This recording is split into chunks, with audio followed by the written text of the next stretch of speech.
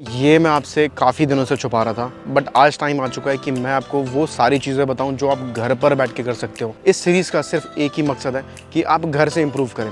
भले किसी एकेडमी में जाते हैं, लेकिन वो चीज़ें जो घर पे की जा सकती हैं इम्प्रूव होने के लिए, वो सभी चीज़ें करें। तो आज इस वीडियो में आप सीखेंगे कि आप घर से वो कौन कौन सी एक्सरसाइजेज हैं, वो कौन कौन सी ड्रिल्स और तरीके हैं जिनसे आप इम्प्रूव कर सकते हो अपनी स्पीड को, वो आर्म स्पीड हो या पूरे एक्शन की स्पीड हो या बॉलिंग की स्पीड हो। सो बने रहिए इस वीडियो में। My name is Ankit Pathak and you are watching Pathak 100 MPH। सो आप सभी लोग घर पे हैं, लेकिन ये एक एक्सक्यूज़ है।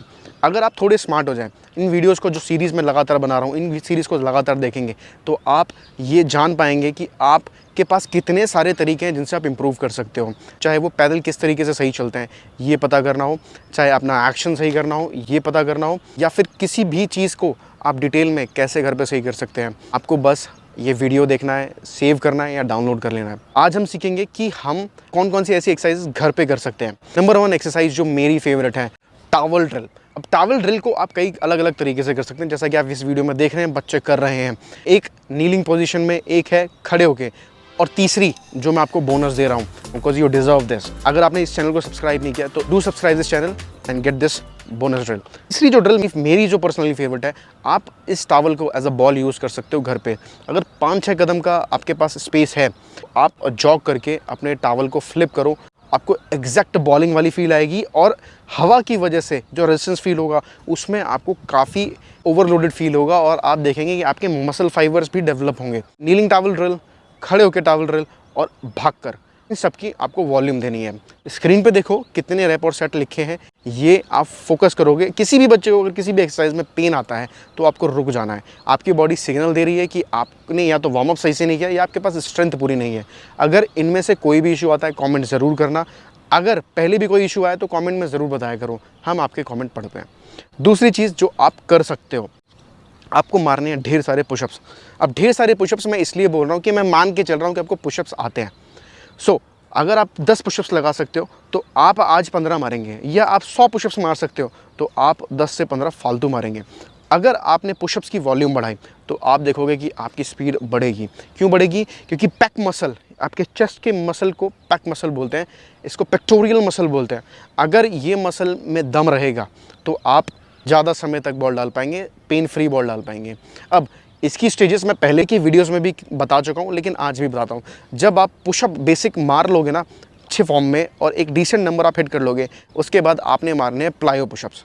ये कैसे करते हैं आप सभी इस वीडियो में देखो। नेक्स्ट चीज़ जो आपको करनी है वो आपको करनी है घर पे लूप बेंड लेना है और pulsing. Pulsing one of the best and safest exercise है किसी भी एज ग्रुप के लिए। आप कोशिश करो कि इसके डिसेंट रैप निकालो। आपके पैक मसल में वो वॉल्यूम फील होना चाहिए, वो फटीग फील होना बहुत ज़रूरी है, तभी आपके पैक मसल थोड़ा तेज़ रिएक्ट करना चालू करेंगे। फास्ट ट्विच फाइबर हमेशा शॉक ट्रेनिंग को अडेप्ट करता है, तो जितना ज़्यादा शॉक करोगे अपने पैक मसल को, उतने ज़्यादा फास्ट ट्विच फाइबर डेवलप होने के चांसेस हैं, या फिर जो ऑलरेडी हैं उनको आप एनहांस कर सकते हो। तीसरा, आप अपने बैकफुट पे भी काम कर सकते हो घर पे रहते हुए। सबसे पहले स्टेज, जो बच्चे बहुत ही बिगनर हैं, मैं उनको डायरेक्ट बैकफुट की ड्रिल्स देना पसंद नहीं करता। तो दोस्तों आप करेंगे सबसे पहले स्टैंडिंग आइसो होल्ड्स। आपको बस खड़े हो जाना है, मैं आपको परफॉर्म करके दिखाता हूँ।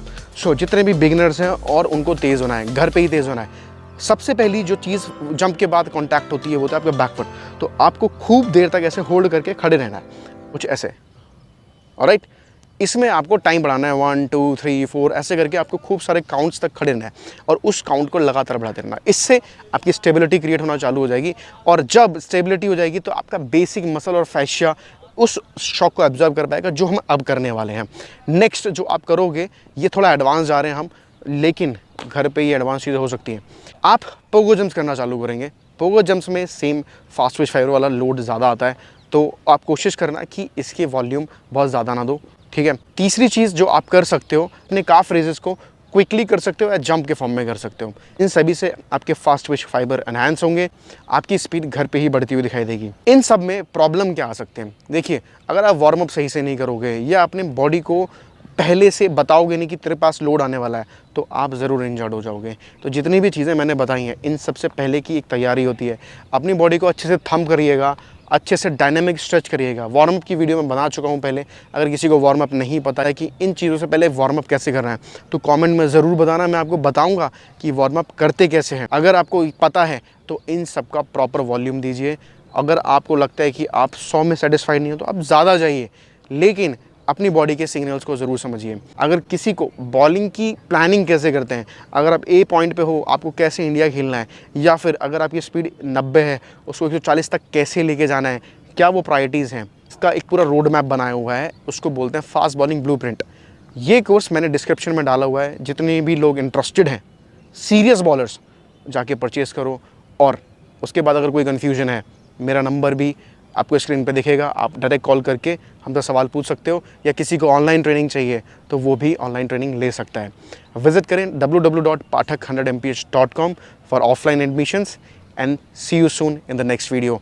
कमेंट करना ना भूलना for the next video, day 5।